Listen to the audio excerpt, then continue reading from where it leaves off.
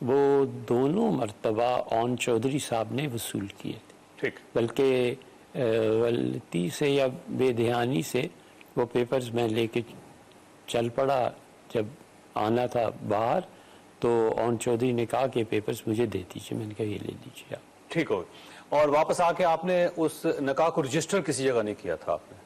نہیں، رجسٹریشن کا اون چودھری نے پوچھا تھا، میں نے کہا اسے تو رجسٹرڈ کروائیے آپ جو اس حلقے کے رجسٹرار ہیں، ٹھیک، جو اصول اور قانون کے مطابق ہے، اور فیس بھی انہیں ادا کیجیے، کیونکہ اون چودھری صاحب نے پوچھا تھا کہ اس کی فیس وغیرہ، تو ہم نے کہا یہ انہی کا حق بنتا ہے، انہی کو ادا کیجیے۔ ٹھیک، تو میں دوبارہ آپ سے پوچھ رہا ہوں کہ جو نکاح نامہ ہے وہ 1 جنوری 2018 کی ہے، اور اس کے اوپر بشرا بی بی کے دستخط اور انگوٹھے کا نشان ہے، دوسری طرف عمران خان صاحب کے دستخط یا انگوٹھے کا نشان موجود ہے اس کے خان صاحب کے دستخط موجود ہوں گے، اور یقیناً بشرا بی بی کے بھی دستخط ہیں، ہمارے بھی دستخط ہیں، دستخط یاد ہیں مجھے ٹھیک، کہ ہم سب نے کیے تھے، اور وہ اصل پیپرز اون چودھری صاحب کے پاس ہوں گے، یا جہاں ان کا رجسٹرڈ ہوا ہوگا نکاح وہاں ہوں گے، دیکھ لیا جائے۔ مفتی صاحب 1 منٹ رکیے گا، میں نے ایک بریک لینی، چھوٹی سی بریک، اور بریک کے بعد دوبارہ حاضر ہوں۔ پروگرام میں دوبارہ خوش آمدید، مفتی سعید صاحب ہمارے ساتھ تشریف رکھتے ہیں۔ اب مفتی صاحب ایک سوال یہ ہے کہ جو بشرا بی بی ہے ان کی طلاق ہوئی 14 نومبر 2017 کو، اور جب یہ شادی ہو رہی ہے، یہ نکاح ہو رہا ہے، یہ ہو رہا ہے 1 جنوری 2018 کو، تو اس کا مطلب یہ ہوا کہ طلاق کو صرف 1 مہینہ اور تقریباً 16 دن گزرے ہیں۔ تو کیا 1 مہینہ 16 دن کے اندر کوئی خاتون مسلمان ہو اور باپردہ بھی ہو، شرعی بھی ہو، اور دوسری سائڈ سے جو دلہا ہو وہ مسلمان ہو اور وہ ذرا شریعت کے پابند بھی ہوں، تو کیا ان کا نکاح ہو سکتا؟ نہیں، ایسے نکاح نہیں ہوا کرتا۔ شریعت میں اس نکاح کی اہمیت اور مقام کو سمجھنا چاہیے۔ شریعت یہ کہتی ہے کہ ایک نکاح ہوتا ہے فاسد۔ یہ جو پچھلا جمعہ گزرا ہے اس کے بعد جو سوال و جواب کی نشست تھی، ہم نے اس میں پوری تفصیل سے بیان کر دیا ہے، اصل تو وہ سن لینا چاہیے۔ ٹھیک، نکاح فاسد کی کئی قسمیں ہوتی ہیں، مثلا نکاح فاسد یہ بھی ہے کہ کسی نے 4 شادیاں کر لی ٹھیک، اور چوتھی کی عدت ابھی پوری نہیں گزری اور وہ 5واں نکاح کر لی۔ ٹھیک، نکاح فاسد یہ بھی ہوتا ہے کہ عدت میں نکاح کر دیا جائے۔ ٹھیک، اس کو مختصر کرتے ہوئے یہ نکاح جو تھا جب عدت کے دوران ہوا تو نکاح فاسد قرار دیا جا سکتا تھا یا نکاح باطل قرار دیا جا سکتا تھا۔ ٹھیک، یہاں پہ پہنچ کے مفتی حضرات کا اختلاف پیدا ہو جاتا ہے، اور صاحب فتح القدیر ابن حمام رحمۃ اللہ علیہ نے اس کی تفصیل لکھی ہے۔ جب اسے باطل قرار دیں تو وہ جو عدت پچھلی چل رہی تھی اسے پورا ہونے کے بعد دوبارہ نکاح کرنا چاہیے، اور اگر یہ قرار دیں کہ نکاح فاسد تھا تو پھر دیکھنا پڑتا ہے کہ بیوی اور شوہر کے تعلقات قائم ہوئے کہ نہیں ہوئے۔ اگر ہوئے تو پھر ایک دوسری عدت شروع ہوگی، اگر نہیں ہوئے تو پہلی عدت شروع کی کہ وہ جو پہلی پیچھے سے عدت چل رہی ہے اسے پورا کیا جائے گا، لیکن اس کے لیے شوہر کو کچھ الفاظ کہنے پڑتے ہیں جو فقہا کی اصطلاح میں متارکت کہلاتے ہیں۔ جب عام یہ چرچا ہوا کہ عدت میں نکاح ہوا ہے تو ہماری شرعی ذمہ داری تھی کہ ہم اس کی تحقیق کرتے۔ باوثوق ذرائع نے پھر بتایا، ان چودھری صاحب وغیرہ نے، کہ یہ ان لوگوں نے جو بھی کیا ہے یہ بات درست نہیں کی، تم کو جو کہا گیا، جی انہوں نے کہا کہ جھوٹ بولا گیا، انہوں نے کہا جھوٹ بولا گیا ہے، اور تم جو تحقیق جھوٹ بولا گیا بشرا بی بی کی طرف سے، ان کی طرف سے جھوٹ بولا گیا، اور عمران خان صاحب کو نہیں پتا تھا اس کا۔ یہ تو اب میں نہیں کہہ سکتا عمران خان کو پتا تھا یا نہیں تھا، میں عرض کرتا ہوں پوری بات کہ انہوں نے مجھ سے کہا کہ یہ عدت ہے اور اس میں نکاح ہوا ہے، تو اور تم نے ہم سے کہا انہوں نے کہ تم نے اعتبار کیا ہے ان لوگوں کی رپورٹس پہ، تو میں نے کہا میں کس پہ اعتبار کرتا؟ یہ اون چودھری صاحب نے بتایا آپ کو؟ جی انہوں نے بھی بتایا، اور لوگوں نے بھی، کہ یہ جو ہے نکاح اس طرح سے نہیں ہوا، نکاح نہیں ہوا تو دوبارہ پڑھانا چاہیے۔ پہلی عدت پوری ہو جانے کے بعد وہ جتنے بھی دن رہ گئے تھے، مہینہ یا 2 مہینہ یا جتنے بھی، جو چیز میرے ذہن میں نہیں ہے اب میں اسے کیوں کہوں گا، تو وہ جتنے بھی رہ گئے تھے اس کے بعد دوبارہ نکاح پڑھا۔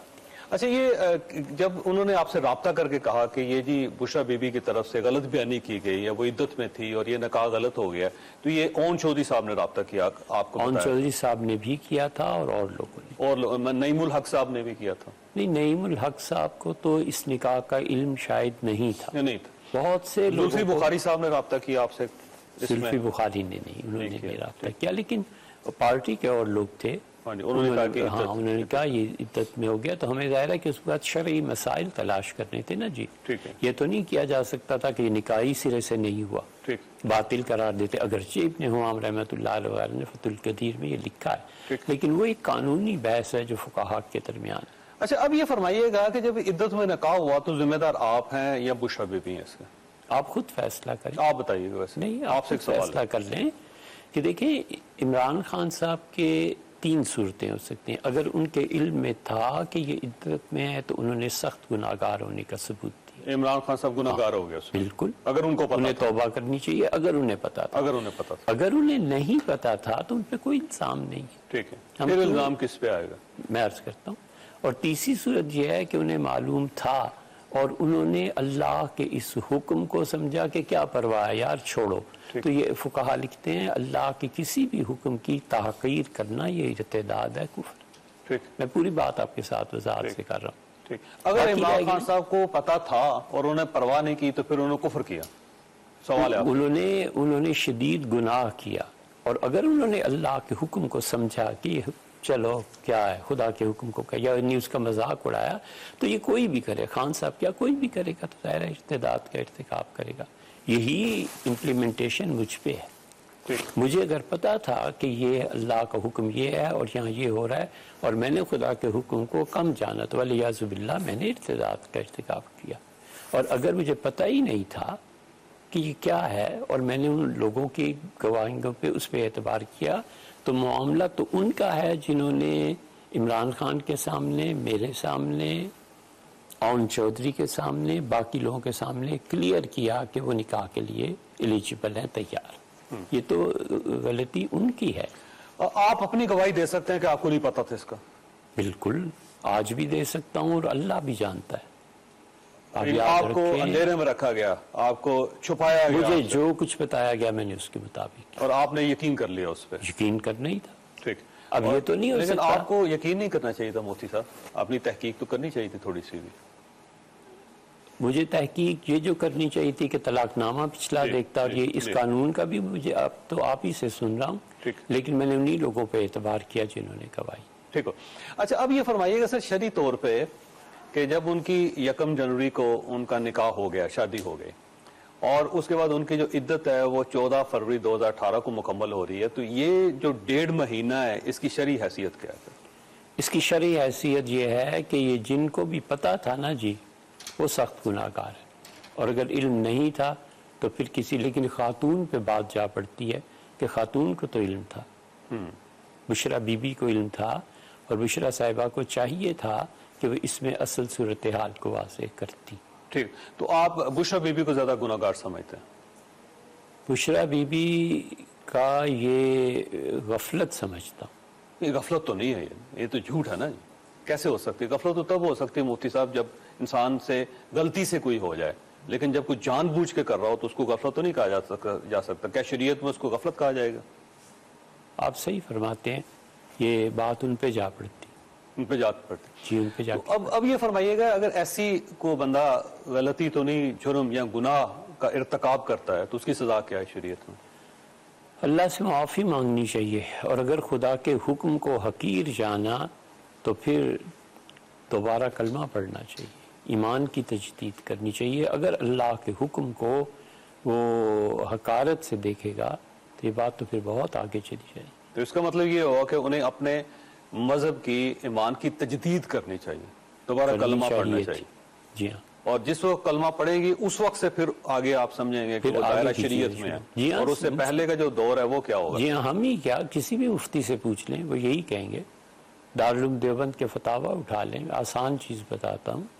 مولانا احمد رضا خان صاحب کے فتاوی ہیں، فتاوی رضویہ، ان کو دیکھ لیں. ہر ایک نے یہی لکھا ہے کہ اگر خدا کے حکم کو حقارت کی نظر سے دیکھا یا جانا تو یہ کفر ہے. اور وہ جو دن گزارے ہیں جو عدت کے حقیقی دن تھے اس میں جو بھی کچھ بھی ہوا وہ گناہ. اچھا یہ فرمائیے گا کہ آپ کو کیسے پتا چلا کہ یہ عدت کے درمیان آپ نے نکاح پڑھا دیا اور آپ سے غلطی ہوگی؟ اون چودھری صاحب نے بتایا، اور اس کے بعد آپ کا ریاکشن کیا تھا؟ تو میں نے انہیں بتایا، میں نے کبھی یہ بتا دیں کہ یہ نکاح درست نہیں ہے، اور اس کا شریعت نے حل یہ بتایا ہے کہ جب عدت پوری ہو جائے تو دوسرا نکاح ہونا چاہیے. تو آپ کو کسی نے پھر روکا تھا کہ یہ خفیہ رکھیں, یہ پتہ نہیں چلنا چاہیے کہ ہم سے یہ غلطی ہو گئی ہوئی ہے؟ کیونکہ اس کی وجہ ایک پرائم منسٹر بن رہے تھے عمران خان صاحب آنے والے دنوں میں, تو ظاہر ہے اگر یہ اسکینڈل یا یہ واقعہ اس وقت لوگوں کی انفارمیشن میں آ جاتا تو ان کے لیے مسائل بڑھ سکتے تھے, تو آپ کو روکا گیا تھا پھر؟ نہیں, مجھے نہیں خیال کسی نے روکا.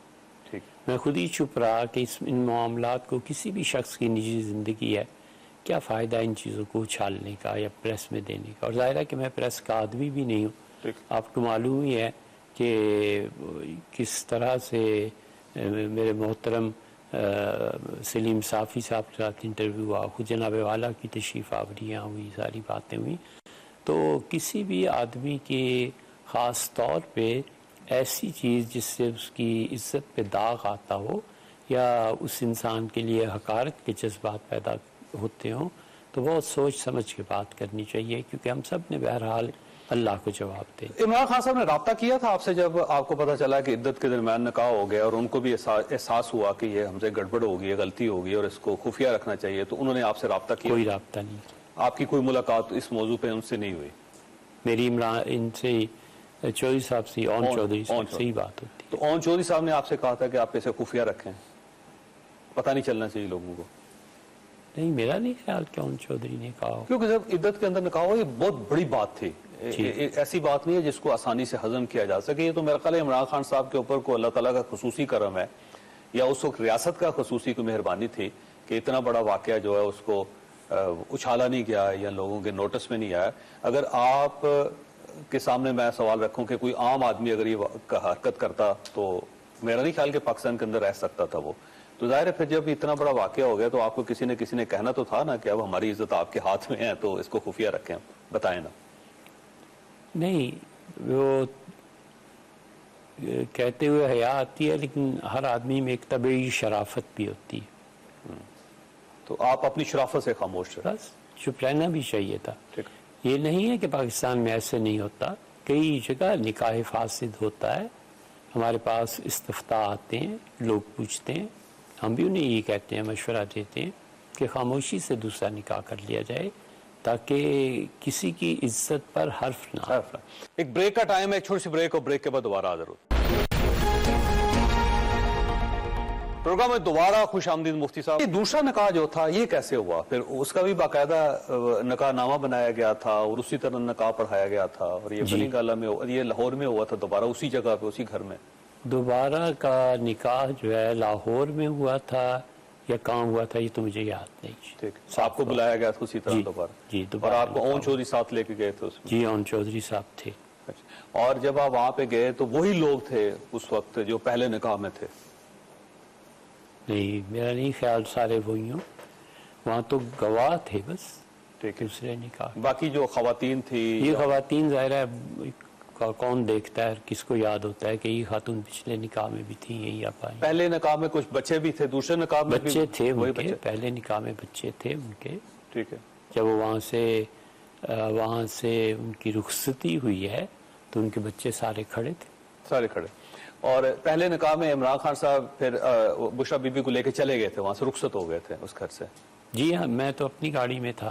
ٹھیک, خیال یہی پڑتا ہے کہ میری اپنی گاڑی تھی اور میں ڈرائیو کر رہا تھا, میں لگ ہو گیا تھا. اور وہ وہاں سے نکل گئے تھے؟ یہ وہاں سے نکل گئے دونوں؟ جی جی. ٹھیک ہو, کسی اور گھر میں چلے گئے, کسی اور جگہ چلے گئے, میاں بیوی دونوں؟ نہیں, میرا خیال ہے وہ بنی گالہ ہی آ گئے تھے.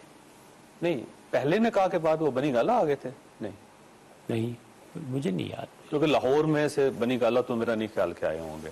نہیں آئے ہوں گے جی. لیکن وہ اس گھر سے رخصت ہو گئے جی, اس گھر سے رخصت ہونے کے بعد میں چلا تھا, یہ تو مجھے یاد ہے. ٹھیک ہے, لیکن اب وہ کہاں گئے تھے میرا خیال ہے شاید بنی گالہ آ گئے ہوں گے, لیکن قیاس ہی ہے. قیاس. اور جو دوسرا جب نکاح ہوا تو ظاہر ہے اس میں وہ لوگ کچھ مختلف تھے, کچھ اور لوگ بھی تھے, لیکن اون چودھری بھی تھے اور زلفی بخاری بھی تھے اس میں. جی, مجھے یاد ہے, میں وہ کاغذات لے کے چل پڑا تھا, مجھے خیال ہی نہیں رہا, تو اون چودھری نے کہا کہ یہ کاغذات مجھے دے, تو میں نے کہا یہ. اب یہ جو دوسرا نکاح ہے وہ بھی باقاعدہ نکاح نامہ وہ بھی رجسٹرڈ ہوا تھا اسی طرح؟ جی, رجسٹریشن کی تو ان سے پوچھ لیں آپ, اون چودھری صاحب سے مجھ سے پوچھا یا پھر وہ نکاح نامہ تیار ہوا تھا دوسری بار بھی؟ تیار ہوا تھا دوسری بار بھی, اور اون چودھری صاحب نے کہاں لکھا ہے, کہاں رجسٹریشن ہے, مجھے معلوم. اب اس کا مطلب عمران خان صاحب کے بشرا بی بی کے ساتھ دو نکاح نامے ہیں؟ جی ہوں گے. ہاں, ایک جو ہے وہ 1 جنوری 2018 کا ہے اور دوسرا 18 فروری 2018 کا ہے. دو نکاح نامے. جی 2 نکاح نامے ہوں. 2 نکاح نامے اور دونوں نکاح نامے جو نا آپ نے نکاح بھی آپ نے پڑھایا اور دونوں پہ آپ کے دستخط. ٹھیک. اور بشرا بی بی اور عمران خان صاحب کے بھی دونوں کے اوپر دستخط ہے. جی. تو ان دونوں نکاح ناموں میں سے کون سا نکاح نامہ ٹھیک ہوگا؟ سوال یہ ہے. ظاہر ہے جی جب شرعاً عدت پوری ہوئی اور وہ جو اس نکاح فاسد میں عیب تھا جب ختم ہو گیا تو دوسرا نکاح نامہ جو ہے وہ صحیح ہے. ٹھیک. اچھا یہ فرمائیے گا کہ یہ جو حق مہر تھا وہ بشرا بی بی نے کیا یہ بات درست ہے کہ بشرا بی بی چاہ رہی تھی کہ بنی گالا کی جو زمین ہے وہ حق مہر میں ان کو شفٹ ہو جائے؟ حق مہر میں نے پوچھا تھا تو خان صاحب نے کہا تھا کہ زمان پارک میں جو میرا گھر ہے میں وہ انہیں دے رہا ہوں. ٹھیک. یہی میں نے لکھا تھا. ٹھیک. پھر 7 کنال جگہ کا بھی ذکر آیا تھا بنی گالا میں، وہ بھی میں نے لکھ دیا تھا. ٹھیک. لیکن یہ کہ انہوں نے پورا بنی گالا کہا ہو کہ دے دیں میرے علم میں نہیں. آپ کے علم میں نہیں. ٹھیک. لیکن اس دوران جب حق مہر کی بات ہو رہی تھی تو میرا خیال ہے اون چودھری جا رہے تھے آ رہے تھے واپس سے، اس طرح کوئی نیگوشیشن ہوئی اس پہ گفتگو ہو رہی تھی؟ اون چودھری صاحب کی تو غالباً اتنی گفتگو نہیں ہوئی جتنی میری خود اپنی ہوئی تھی. ٹھیک. کیونکہ عمران خان صاحب سوچ میں پڑ گئے تھے کہ حق مہر میں کیا کرنا ہے. ٹھیک ہے. تو پھر انہوں نے خود ہی کہا کہ زمان پارک والا گھر میرا لکھ دیں. ٹھیک ہے. تو بی بی کی طرف سے مطالبہ آ رہا تھا اس وقت کوئی؟ بی بی کی طرف سے مطالبہ یہ 7 کنال جو ہے اس کا تھا. اس کا تھا، پورا بنی گالا کا مطالبہ نہیں تھا؟ نہیں میں نے نہیں سنا. کیونکہ اون چودھری صاحب کا کلیم یہ ہے کہ وہ پورا بنی گالا چاہ رہی تھی وہ، اور پھر ہم نے نیگوشیٹ کیا ان کے ساتھ کہ اس طرح نہیں ہو سکتا. جی انہوں نے کیا ہوگا مجھے نہیں معلوم، لیکن میرے سامنے جو بات آئی تھی یہی تھی. ٹھیک ہے. اچھا یہ فرمائیے مفتی صاحب، کیا واقعی یہ بات درست ہے کہ اس نکاح کے بعد آپ کو، یا میرا خیال ہے ریحام خان کے ساتھ نکاح کے بعد آپ کو کور کمیٹی کا ممبر بنایا گیا تھا؟ میں نہیں سمجھتا ان 2 واقعات میں کوئی ارتباط ہو. ٹھیک ہے. اور میں ہمیشہ عمران خان صاحب سے یہ ضرور کہتا رہا، حتیٰ کہ یہاں تشریف لائے تو بھی کہتا رہا کہ ریاست مدینہ جو آپ فرما رہے ہیں اس کا قیام اس وقت تک ممکن ہی نہیں ہے جب تک کہ علماء کا ایک گروہ آپ کے ساتھ نہ ہو. وہ کسی بھی مکتبہ فکر سے تعلق رکھتے ہوں، لیکن خان صاحب کوئی آدمی بھی ایسا نہیں ہے جو اس وقت آپ کی کور کمیٹی میں ہو اور آپ کو گائیڈ کر سکے شرعی معاملات میں اور ملکی معاملات میں. تو پھر انہوں نے جو فون کیا، میں نے بارہا ہمیشہ ان سے کہا، میں نے کہا میں اپنے متعلق نہیں کہہ رہا، لیکن میں آپ کو جنرلی ایک رول بتا رہا ہوں کہ علماء کرام ہی جانتے ہیں کہ ملک میں کس طرح تنفیذ شریعت ہو سکتی ہے. تو پھر ایک دن اچانک ان کا فون آیا کہ میں نے تمہیں کور کمیٹی میں لے لیا ہے تو فلاں وقت اجلاس سے آنا. مفتی صاحب میں نے ایک چھوٹی سی بریک لینی ہے، آپ 1 منٹ رکیے گا، چھوٹی سی بریک، اور بریک کے بعد دوبارہ حاضر ہوتے ہیں. پروگرام میں دوبارہ خوش آمدید. اچھا مفتی صاحب، اس میں اب یہ فرمائیے گا کہ یہ جو بشرا بی بی سے ریلیٹڈ چیزیں کچھ آ رہی ہیں، ظاہر آپ کے نوٹس میں بھی ہوں گی کہ وہ وظائف کرتی ہیں. وظائف تو کرنے چاہیے، وظیفہ تو میں بھی کرتا ہوں، آپ بھی کرتے ہوں گے، لیکن یہ جو موکلات ہیں ان کے پاس اور جنات ہیں ان کے پاس، اور وہ جنات سے بہت سے کام کروا لیتی ہیں، تو یہ آپ کو ویسے آپ کی عقل مانتی ہے کہ ایسا ہو سکتا ہے، اور شریعت میں اس کی کیا حیثیت اور کیا اہمیت ہے؟ شرعاً یہ چیزیں انسان کو گناہ اور گمراہی کی طرف لے جاتی ہیں. جنات آزاد مخلوق ہیں اللہ کی، انہیں قید کرنا یہ کون سے ثواب کا کام ہے اور کس نے اجازت دی؟ دوستی جنات سے ایک الگ ہے کہ وہ بھی مخلوق ہے اور وہ انسان اور جنات ایک دوسرے کے دوست ہوں، لیکن وظائف پڑھ کے کوئی آدمی انہیں اگر اپنا غلام تسخیر کرنا چاہے تو یہ کون سی شریعت کے مطابق بات ہے؟ تو آپ اس کو غلط سمجھتے ہیں؟ بالکل غلط ہے، نہیں کرنا چاہیے. تو آپ نے عمران خان صاحب کو سمجھایا تھا کہ یہ کیا ہو رہا ہے یہاں پہ؟ نہیں، مجھے تو معلوم بھی نہیں تھا کہ وہ روحانیات میں پیرنی ہیں یا کیا ہے یا ان کا کیا مقام ہے، اور بنیادی طور پہ ہم ان چیزوں کے قائل بھی نہیں ہیں.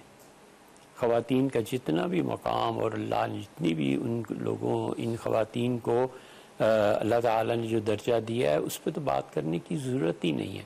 باقی اس حد تک کوئی خاتون چلی جائیں کہ پیر و مرشد ہو جائیں لوگوں کی، کہ ہم نے تو آج تک کسی سلسلے میں بھی کبھی بھی وہ مشائخ جو تصوف کے امام وہ مشائخ جو تصوف میں اپنا راس قدم رکھتے ہیں انہوں نے کبھی بھی کسی عورت کو خلافت نہیں دی.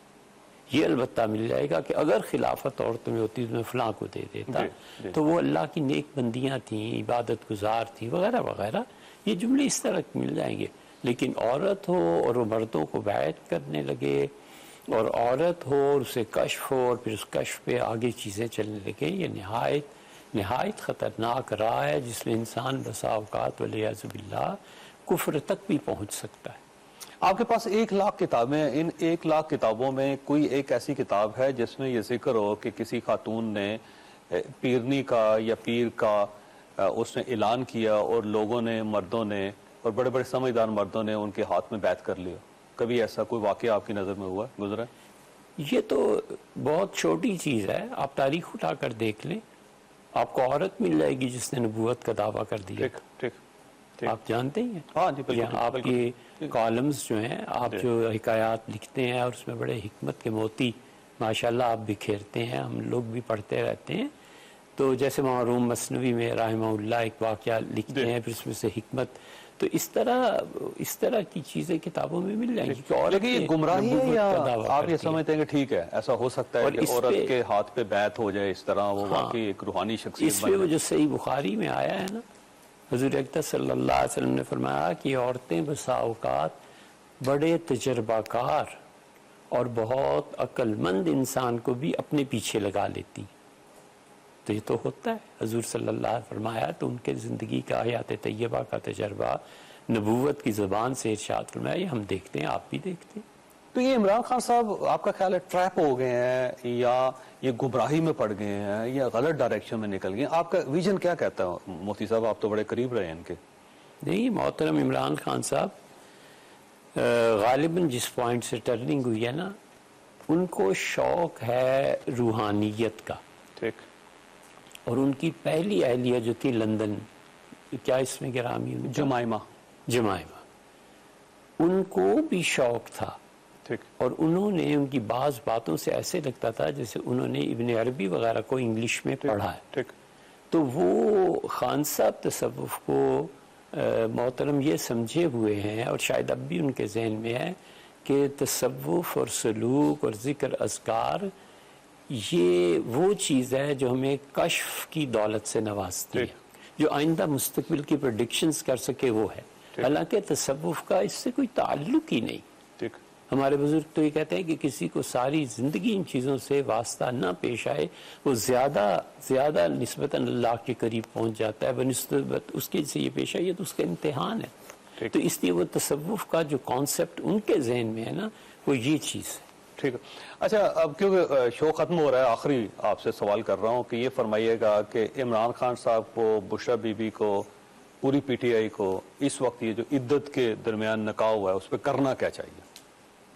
معافی مانگ لینی چاہیے قوم سے, اعتراف کر لینا چاہیے اپنے جرم کا, سزا بھگتنی چاہیے, تجدید مذہب کرنا چاہیے, تجدید ایمان کرنا چاہیے, کیا کرنا چاہیے ان کو؟ بشرا بی بی کو کرنا چاہیے جو اصل اس کی ذمہ دار ہے. آپ ان کو ذمہ دار سمجھتے ہیں؟ جی, وہ اور جنہوں نے ان کے متعلق اس وقت جان بوجھ کے گواہی دی تھی, جو بھی ان کی بہنیں یہ جو چیزیں تھیں, ان کو سمجھنا چاہیے اس مسئلے کی سنگینی کو. اگر وہ توبہ کر چکی ہوں تو پھر ہمیں کچھ نہیں کہنا چاہیے, یہ اللہ کے ان کے درمیان. اچھا, ویسے بشرا بی بی نے کیا کیوں ہوگا؟ جیسے اتنی مذہبی خاتون ہے, ان کو انتظار کر لینا چاہیے تھی عدت پوری ہونے کی. آپ کا کیا خیال ہے کیوں انہوں نے یہ کیا ہوگا؟ کچھ خیال نہیں جی, اللہ جانے اور وہ جانے. میں اپنے پاس سے کوئی بھی بات کہوں اور وہ حقیقت میں نہ ہو تو اللہ کیا کون جواب دے گا. اور یہ جو آپ نے نکاح پڑھایا, آپ کو برا لفظ بول رہا ہوں میں, اس پہ شرمندگی ہے آپ کو؟ نہیں, میرا ضمیر الحمدللہ مطمئن ہے کہ میں نے پہلے بھی شریعت ہی کے مطابق لوگوں کی گواہی اور ان چیزوں کو دیکھا, جانچا, اور اس کے بعد بھی جب غلطی ہوئی تب بھی. یہ تو اس وقت ہوتا جب ذرہ برابر بھی مجھے کچھ پتا ہوتا. ٹھیک. آپ کے ساتھ دھوکہ ہوا ہے یہ؟